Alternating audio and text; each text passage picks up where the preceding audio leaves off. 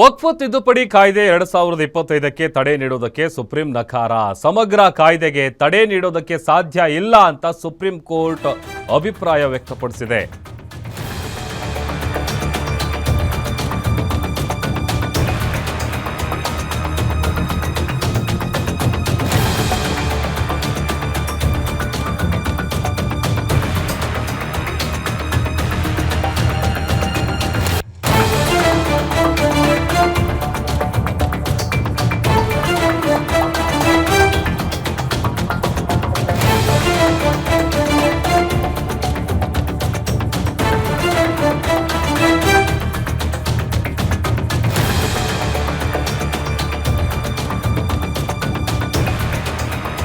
ಅದರ ಜೊತೆಗೆ ವಕ್ಫ್ ಕಾಯ್ದೆಯ ಕೆಲವು ಸೆಕ್ಷನ್ಗಳಿಗೆ ತಡೆಯನ್ನ ನೀಡಿದೆ ಸುಪ್ರೀಂ ಕೋರ್ಟ್. ಸುಪ್ರೀಂನ ಮುಖ್ಯ ನ್ಯಾಯಮೂರ್ತಿಗಳಾದ BR ಗವಾಯಿ ಪೀಠದಿಂದ ಬಂದಿರುವಂತಹ ತೀರ್ಪಿದು.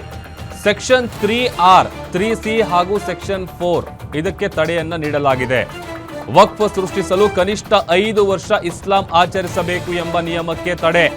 ರಾಜ್ಯ ಸರ್ಕಾರಗಳು ಈ ಕುರಿತಾಗಿ ನೀತಿ ರಚಿಸುವವರೆಗೆ ತಡೆ ಇರುತ್ತೆ. ತಡೆ ಕುರಿತಾಗಿ ಸ್ಪಷ್ಟನೆಯನ್ನ ಸುಪ್ರೀಂ ಕೋರ್ಟ್ ಕೊಟ್ಟಿದೆ. ಇಸ್ಲಾಂ ಆಚರಿಸುವ ವ್ಯಕ್ತಿ ಕುರಿತಾಗಿ ಸರ್ಕಾರಗಳು ನಿಯಮವನ್ನು ರೂಪಿಸಲಿ. ವಕ್ಫ್ ಬೋರ್ಡ್ನಲ್ಲಿ 3ಕ್ಕಿಂತಲೂ ಹೆಚ್ಚು ಮುಸ್ಲಿಮೇತರರು ಇರುವಂತಿಲ್ಲ. ಕಾಯ್ದೆಯಲ್ಲಿ 4 ಮುಸ್ಲಿಮೇತರರು ವಕ್ಫ್ ಮಂಡಳಿಯಲ್ಲಿ ಇರಬೇಕು ಅನ್ನುವಂಥ ನಿಯಮ. ವಕ್ಫ್ ತಿದ್ದುಪಡಿ ಕಾಯ್ದೆ ಕುರಿತು ಸುಪ್ರೀಂ ಕೋರ್ಟ್ ಇವತ್ತು ಮಹತ್ವದ ತೀರ್ಪನ್ನು ಪ್ರಕಟಿಸಿದೆ. ಕಾನೂನಿಗೆ ತಡೆ ನೀಡುವ ಬೇಡಿಕೆಯನ್ನು ಪರಿಗಣಿಸುವುದಕ್ಕೆ ನ್ಯಾಯಾಲಯ ನಿರಾಕರಿಸಿದೆ. ರಾಜ್ಯ ವಕ್ಫ್ ಮಂಡಳಿಗಳು ಮತ್ತು ಕೇಂದ್ರ ವಕ್ಫ್ ಮಂಡಳಿಗಳಲ್ಲಿ ಮುಸ್ಲಿಮೇತರರ ಸಂಖ್ಯೆ 3 ಮೀರಬಾರದು ಅಂತ ನ್ಯಾಯಾಲಯ ಹೇಳಿದೆ. ಈ ಬಗ್ಗೆ ಮತ್ತಷ್ಟು ಡೀಟೇಲ್ಸ್ ಅನ್ನು ಕೊಡ್ತಾರೆ ನಮ್ಮ ಡಿಜಿಟಲ್ ಎಡಿಟರ್ ದಿಲೀಪ್. ದೂರವಾಣಿ ಸಂಪರ್ಕದಲ್ಲಿ ಜಾಯ್ನ್ ಆಗಿದ್ದಾರೆ. ದಿಲೀಪ್, ವಕ್ಫ್ ಮಂಡಳಿ ಸದಸ್ಯರಾಗಬೇಕು ಅಂತಂದ್ರೆ 5 ವರ್ಷ ಇಸ್ಲಾಂ ಧರ್ಮವನ್ನ ಪಾಲಿಸಿರಬೇಕು ಅನ್ನುವಂಥ ಷರತ್ತಿಗೆ ಈಗ ಸುಪ್ರೀಂ ತಡೆಯನ್ನ ಕೊಟ್ಟಿದೆ. ಇನ್ನು ಈ ಯಾವೆಲ್ಲ ವಿಚಾರಗಳನ್ನ ಈ ಸಂದರ್ಭದಲ್ಲಿ ಹೇಳಿದೆ ಸುಪ್ರೀಂ ಕೋರ್ಟ್ ಅಂತ?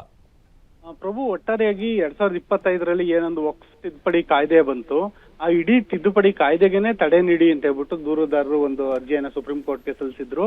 ಈ ಒಂದು ಪ್ರಕರಣದ ವಿಚಾರಣೆಯನ್ನ ನಡೆಸಿದ ಮುಖ್ಯ ನ್ಯಾಯಮೂರ್ತಿ BR ಗವಾಯಿ ಅವರ ಪೀಠ ಎಲ್ಲ ಸಮಗ್ರವಾಗಿ ಇಡೀ ವಕ್ಫ್ ತಿದ್ದುಪಡಿ ಕಾಯ್ದೆಗೆ ತಡೆ ನೀಡೋಕೆ ಸಾಧ್ಯ ಇಲ್ಲ ಅಂತ ಹೇಳಿದೆ. ಆದ್ರೆ ವಕ್ಫ್ ತಿದ್ದುಪಡಿ ಕಾಯ್ದೆಯ ಸೆಕ್ಷನ್ 3R ಮತ್ತೆ ಸೆಕ್ಷನ್ 3C ಹಾಗೂ ಸೆಕ್ಷನ್ 4 ಅಡಿಯಲ್ಲಿ ಏನೊಂದು ಪ್ರಮುಖವಾಗಿ ಬದಲಾವಣೆಗಳನ್ನ ಮಾಡಲಾಗಿದೆ, ಆ ಬದಲಾವಣೆಗಳಿಗೆ ತಡೆ ಕೊಡೋದಕ್ಕೆ ಸುಪ್ರೀಂ ಕೋರ್ಟ್ ಸಮ್ಮತಿಸಿದೆ.